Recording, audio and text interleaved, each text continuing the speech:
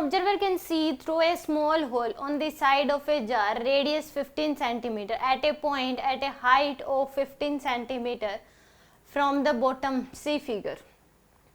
The hole is at height of 45 centimeter. जो hole है ये कितनी distance 45 centimeter पे है. When the jar is filled with the liquid up to 30 centimeter height, the same observer can see the edge of the bottom of the jar. If the refractive index of the liquid is n by 100, where n is integer, n की value बतानी है क्या होगी. तो यहाँ पे ये क्या देख रहा है, यहाँ पे एक पर्सन है 45 सेंटीमीटर हाइट पे जो ये देख रहा है. तो इस केस में इसको क्या देखना है, यहीं पे खड़े होके ये बॉटम देखना है, यहीं पे खड़े होके क्या देखना है, बॉटम देखना है. तो क्या किया गया कि इसमें 30 सेंटीमीटर हाइट तक, ये 15 सेंटीमीटर है, 13 सेंटीमीटर हाइट तक क्या कर दिया, लिक्विड फिल कर दिया. क्या कर दिया, इस केस में लिक्विड फिल कर दिया, जिसकी वजह से इसमें से ऐसे लाइट रे निकली ऐसे, और ये क्या हो जाएगी, इसी में इसी के ऊपर से होके इसकी आंखों में चली जाएगी ऐसे. ये क्या हो जाएगा यहाँ पे नॉर्मल, ये क्या है यहाँ पे नॉर्मल होएगी. यहाँ से किस में जा रही है, डेंसिटी से ये बाहर की तरफ रेयर मीडियम में जा रही है, तो क्या हो जाएगी आपके पास इधर बैंड हो जाएगी, यानी कि यहाँ से लाइट रे निकली. ये एंगल क्या हो जाएगा, आई के बराबर. ये एंगल क्या हो जाएगा, आई के बराबर. यहाँ पे खड़े होके देखना है तो लाइट रे ऐसे गई, पानी डालने की वजह से वहीं पे खड़े होके ये क्या देख पा रहा है, बॉटम देख पा रहा है. तो यहाँ से ऐसे लाइट रे गई और फिर इसी के ऊपर से ऐसे इसकी आंखों में चली गई. ये एंगल आई है तो ये भी क्या हो जाएगा, आई के बराबर. तो यहाँ पे ये 15 है, ये कितनी आपके पास 30 है. तो ये हाइपोटेन्यूज पता लग जाएगी, 15 का स्क्वायर प्लस 30 का स्क्वायर. अब यहाँ पे क्या लगा दो, स्नेल्स लॉ लगा दो. क्या लगा देंगे हम यहाँ पे, स्नेल्स लॉ. हमारे पास ये एंगल हमें पता लग जाएगा कि यहाँ पे ये एंगल जो है ये हमें पता लग जाएगा, क्योंकि ये कितनी है 15 है, ये भी कितनी है 15. तो ये एंगल कितना हो जाएगा 45 डिग्री. तो ये भी नॉर्मल के साथ कितना हो जाएगा 45 डिग्री. तो हमें आई हमें पता लग जाएगा यहाँ पे. तो यहाँ पे लगा दो, यहाँ से n sine i equal to क्या हो जाएगा 1 साइन 45 डिग्री. तो यहाँ पे n हमें निकालना है साइन आई की वैल्यू. तो यहाँ पे ये साइन ये थीटा है, तो परपेंडिकुलर कितना है 15 डिवाइड बाय हाइपोटेन्यूज 15 का स्क्वायर प्लस 30 का स्क्वायर, 15 का स्क्वायर प्लस 30 का स्क्वायर पूरे का under root equal to 1 sine 45 1 by root 2.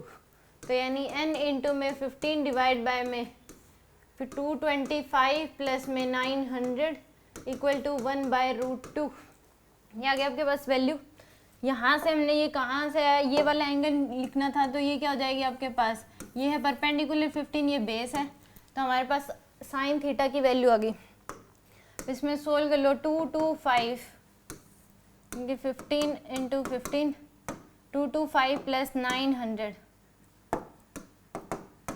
यह जाएगा 1125, यानी कि n equal to 15 n into में 15 divide by under root 1125 equal to 1 by root 2. यह आ गया आपके पास वैल्यू.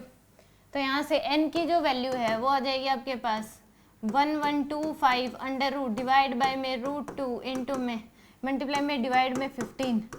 यह आ गया आपके पास वैल्यू.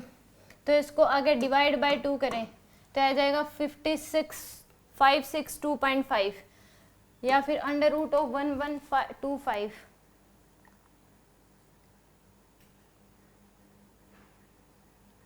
अंडर रूट निकाल लो इसमें, अंडर रूट 1125.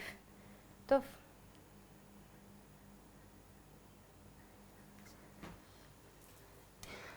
यानी कि यहाँ से आपके पास वैल्यू आ जाएगी 1125 डिवाइड बाय में 1125 डिवाइड बाय में 2 562.5 पूरे का अंडर रूट डिवाइड बाय 15. ये आ गया आपके पास वैल्यू. तो यहाँ से हम क्या लिख सकते हैं, इसको लिख लो अंडर रूट 562.5 डिवाइड बाय में 225 ऐसा लिख सकते हैं. इसको डिवाइड कर दो 225 तो आ जाएगा 2.5. कितना आ रहा है अंडर रूट 2.5. कितना आ गया आपके पास अंडर रूट 2.5. आपके पास जो n की वैल्यू है n इक्वल टू आ गया आपके पास अंडर रूट 2.5. तो अंडर रूट 2.5 अगर देखेंगे इसका रूट तो ये अंडर रूट 2.5 1.58 आएगा. कितना आ जाएगा आपके पास 1.58. ये आ गया आपके पास n की वैल्यू, यानी कि n की वैल्यू आएगी 158 डिवाइड बाय 100. तो यहाँ पे n की वैल्यू कितनी आ जाएगी, यहाँ पे है n बाय 100 तो कितना आ जाएगा आंसर 158. कितना आ जाएगा आपके पास 158 के बराबर.